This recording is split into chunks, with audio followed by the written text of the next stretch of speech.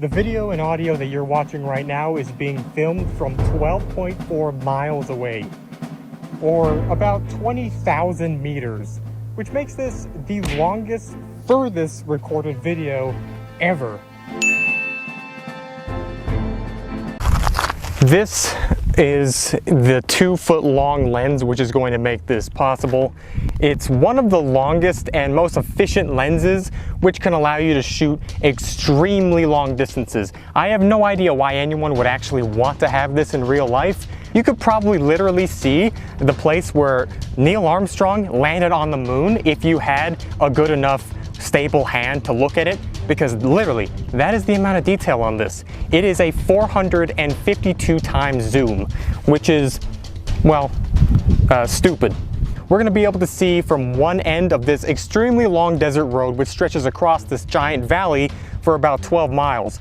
I'm going to be standing all the way on the other end of that, and then we're going to have this camera fastened safe and sound right here at this little clear out here, far away from the road, but still aimed at the exact other end of it. As you can see from the final result, this is how it looks like to be filmed from 12 miles away. So I'm petitioning Guinness World Records. I'm looking right at you, Guinness, wherever you are, to basically allow me to gain this world record. And I'm going to explain to you how exactly I did that. This thing right here is an apparatus which is going to prevent too much sunlight from reaching into the lens, because of course when you have a 400+x zoom and you're filming something from nearly 13 miles away, it's going to be kind of catastrophic to the end result. If too much sunlight is entering in there, it's going to overexpose extremely high. You might have noticed that the camera is a tiny bit shaky, but the only reason why it's not so shaky that it looks like there's a hurricane going on is because I've added some very cool extra equipment to it, of which I'm going to show you right now. You know what the effect of when you zoom in your iPhone camera to like the 3x point and you're shaking a little bit? You could tell that the effect makes the camera a whole lot shakier. This thing, magnify that by 100x, and that's going to be the result if you don't have a stable system. That's why we have 2 tripods, not just one. One is small brain. This is the only valley in the entire country which just simply has the largest amount of open space that allows me to even attempt to do this. I really have no idea how it's going to turn out, so if you're seeing the video edited into this, that means it turned out actually good enough for me to make it into a YouTube video, of which you're now watching because you were bored enough to click it. I can only dearly hope that I'm actually standing in the right place to have myself filmed in, because from across this 12-mile wide valley where I have this whole camera set up, and where I'm standing at the highway at the edge of the valley, the margin of error that I have in order to stand in the right place is equivalent to about 0.001 arc seconds. To put it simply, it's very, very narrow. The chances of me standing in the exact correct spot for you to see me is about the same chance of you getting a hole-in-one in Wii Sports Golf. And the chances of me looking directly at you right now is about the same chance as you getting a hole-in-one in Wii Sports Golf about 10 times in a row.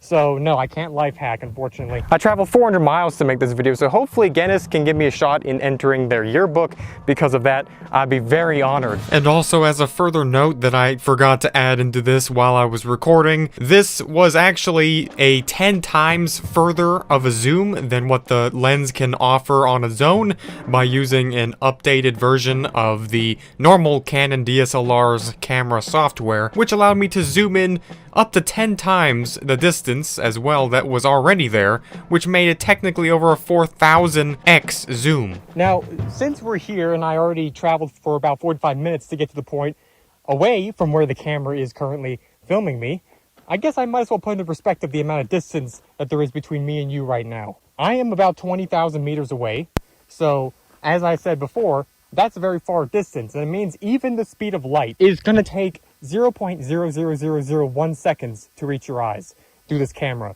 So technically I'm 0.0001 seconds delayed.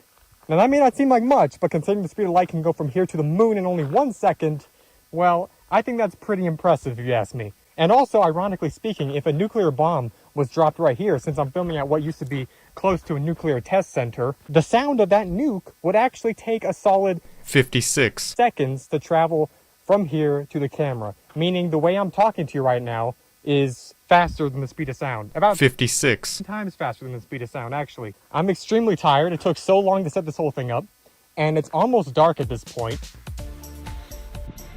Alright, so here I am at the place where I'm being recorded at, and I'll show you the distance right here.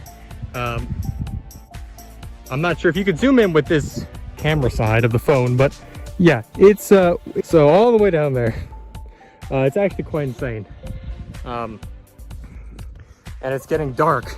So anyways, that's all I'm gonna say for this video. If you found this to be educational, then, well, I could just say subscribe, I guess. Well, that was very far. Now I need to edit it all together. Please subscribe to this channel, because you're only gonna get this kind of weird, unusual type of video ideas here and nowhere else. So go ahead and do that. I'll be waiting.